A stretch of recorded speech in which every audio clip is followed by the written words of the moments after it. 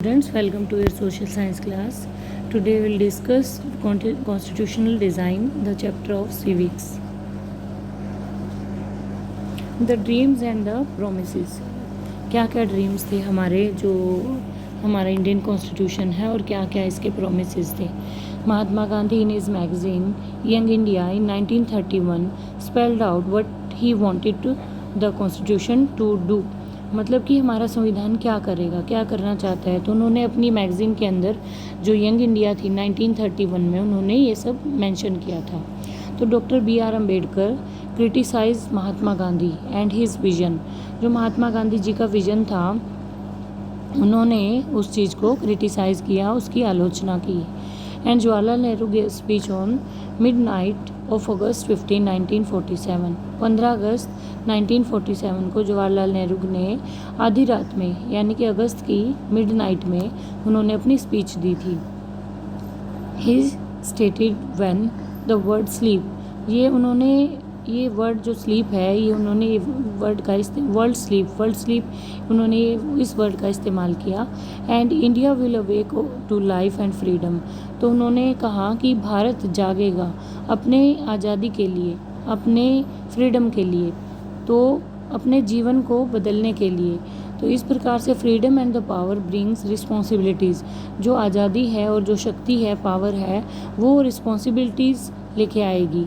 और service of India means service of the millions who suffer the ambition of the greatest man of our generation. तो इसमें क्या था कि जो फ्रीडम है, जो पावर है, वो रिस्पॉन्सिबिलिटी लेके आएगी हमारे देश की सर्विसेज. उसमें सर्विसेज को बढ़ावा मिलेगा, और सर्विसेज सिर्फ एक नहीं, मिलियंस के तौर पर वहाँ पर सर्विसेज होंगी. जिन लोगों ने सफ़र किया, जिनकी इच्छाएं पूरी तरह से ख़त्म हो गई थी, वो जो ग्रेटेस्ट मैन, जो महान आदमी थे हमारी जनरेशन के. Our generation has been the wipe every tear from every eye. हर एक व्यक्ति के आँख में आंसू थे. हर एक व्यक्ति की जो परेशानियों झेलनी पड़ी उनको, हर एक व्यक्ति ने अपनी सभी समस्याओं को झेला. तो हमारी जो इस एक आदमी के कारण, जो एक ग्रेटेस्ट पर्सन थे हमारे, जो हमारे रिफॉर्मर्स थे, तो इन्होंने हमारी जनरेशन के लिए हमारे जो आंसुओं को, उन्होंने हमारी आंखों में छलकने से पहले उन्होंने हमारे आंसुओं को साफ़ कर दिया. तो कहने का मतलब था कि महात्मा गांधी जी ने भी हमारे लिए बहुत योगदान दिए. Doctor B.R. अम्बेडकर ने और जवाहरलाल नेहरू ने हमारे लिए बहुत बड़ा योगदान दिया.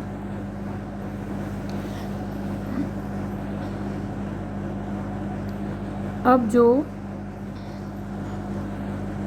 प्रेम्बल की बात करते हैं. प्रेम्बल क्या है? The constitution begins with the short statement.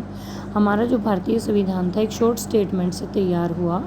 Of its basic value, उसके बेसिक्स जो रूल थे उसके अंदर मेंशन थे.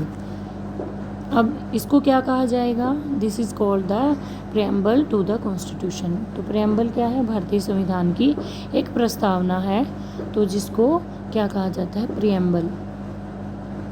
Constitution of India, it is very long and detailed document. एक बहुत ही लंबा और पूरा गहराई से भरा हुआ, यानी कि बहुत ही डिटेल में, पूरा विस्तार से लिखा हुआ है. और अमेंडेड है quite regularly to keep updated.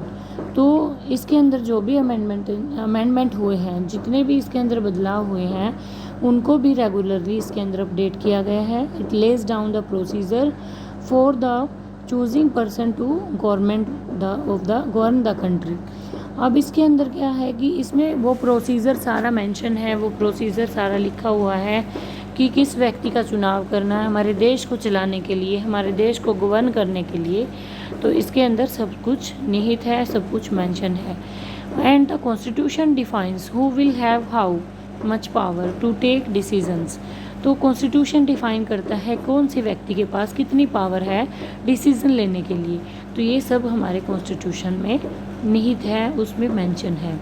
And put limits to what the government can do by providing some rights to the citizen and that can not be violated.